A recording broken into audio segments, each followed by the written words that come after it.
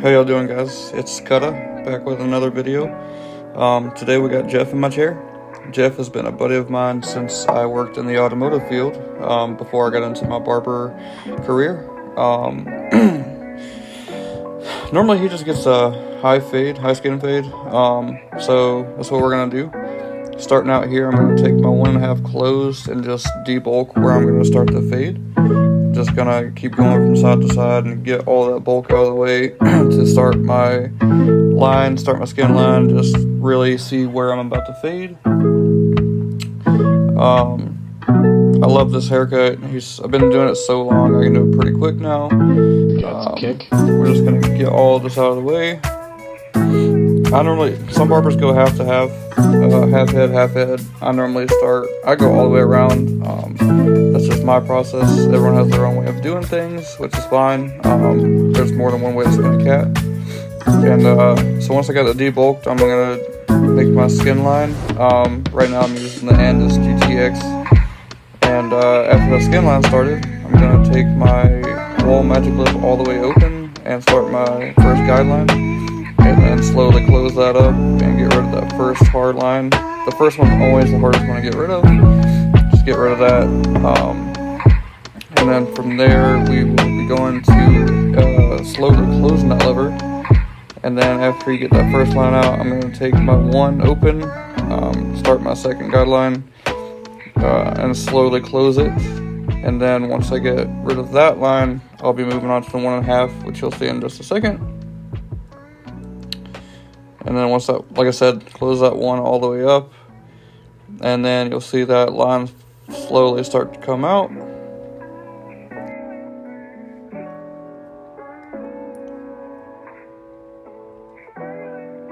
Sometimes these lines are a little harder to get out than others. And then next, I'm gonna bring in my half in between that one closed and the lever open to get rid of that line.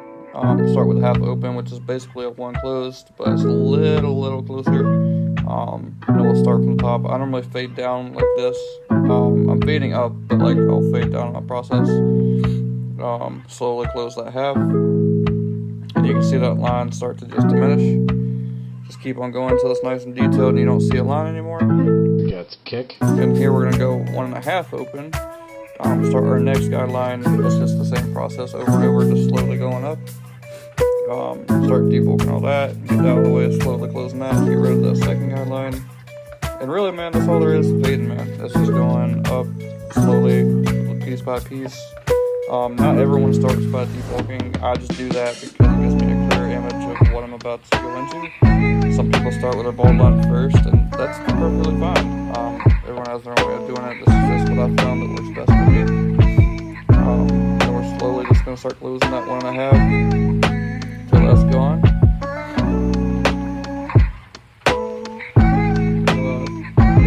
He's actually moving to Colorado soon, so we're just shooting the shit, talking about good times we used to have, and hopefully get to see him a couple more times, but I'm going to miss him, man. He's been a good friend of mine.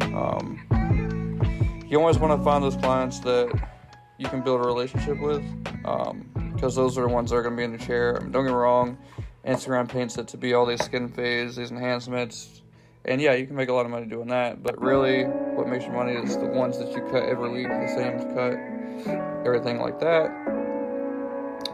Here now we got that all, the fade is essentially done. We're going to start with getting rid of all this excess beyond or below the skin line. And so I'm just taking my Babyliss FX3s. I don't know if you guys checked it out, but I have the Filthy Blends mod on it. So I actually have the Babyliss Skeleton FX DLC blade on it, and it's so much better. The factory blade on the FX is just way too sharp for me. You can be very, very careful with it. It can cut someone really easily, and I'm just not a fan of those. So Kick. just gonna get rid of everything under the skin line. Make sure it's all nice and clean. And then now we're gonna go to the top. Start scissor cutting the top. He didn't want to clip it over the top, so I told him I'd just finger length it the best I could. Then we're just gonna go start at the front, 90 degrees, block graduation, just straight back. sucks sometimes, for sure. It's just shears are more expensive. Once you get done with that part, normally going to the edge up, getting the C-cups nice and sharp, and then getting the front edge. I've tried commission and I just shave the top, but some people want to keep it on, so do the best I can to make it look good. Just gonna get a sharp edge over here. Just keep going with the edge. I normally start right in the middle and then work my way right, and then go back to the middle, work my way left. Some people also do that differently. Just works best. What works best for you? Then after that, we're gonna get the.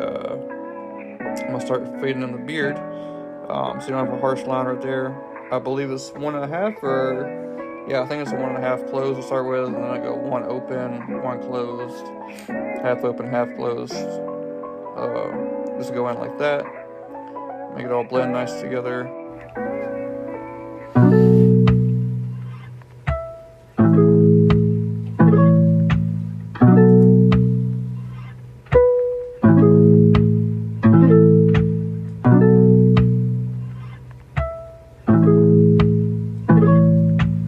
Alright, so now I'm going to go on the side and just make that sharp edge down the middle. Gets kick. Get that nice and sharp. Then go right under to the jawline. He likes it right where his jaw is. And then make it curve. I always use the darkest point as my guideline for that. I don't want to take it too low, but also want to keep it too high where there's baby hairs. So I like to make it right in the middle. Just nice. Slow. You can mess up going fast. So I take my time, and then we're gonna shave out the bottom with a foil shaver, get rid of everything that the trimmer couldn't pick up, and then we're gonna apply some shave gel, and then throw the hot towel on them. 90% of the time, the hot towel is my client's favorite part. I don't blame them. After a long day at work, it's nice to just have that 5 minutes to just sit there and relax. But time to take the towel off, and then we will get into the super sharp edges with the razor. I normally hit those pillars, and then I'll make the C-cups, and then I'll go into the beards. I've always found it easier and sharper if you have them laying down when you do the C-cups for the final point of the razor. It's just easier when you're coming towards you up. Some people disagree with that, but that just works with me.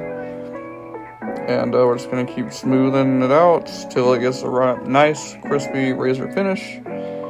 And then very end, man, we're taking the neck strip off, and then we're going to get all the neck hairs of the cape covered with the razor. And then after that, I believe we're going to go with a foil shaver.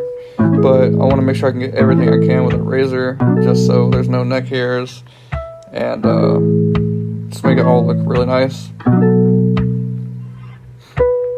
Foil shaver's up next, just to make sure it's a nice transition. I normally go right below the skin line where I started, maybe a little bit lower, case by case scenario, just depends. After that, spraying with alcohol, cover his eyes, make sure that's always important, always cover the eyes. Make sure you don't get in our eyes, nose, anything like that. After that, rub some nice beard oil. I use Suavecito. It smells really good. But after that, show him the mirror. Make sure he's happy with it. Jason said, yeah, you did a good job, man. Jeff, man, appreciate you. Always been a good client. Definitely going to miss you. I'm going to have to come see you, man, for real. Appreciate you being a client of mine and allowing me to video it. And thank you, guys. We'll see you next time.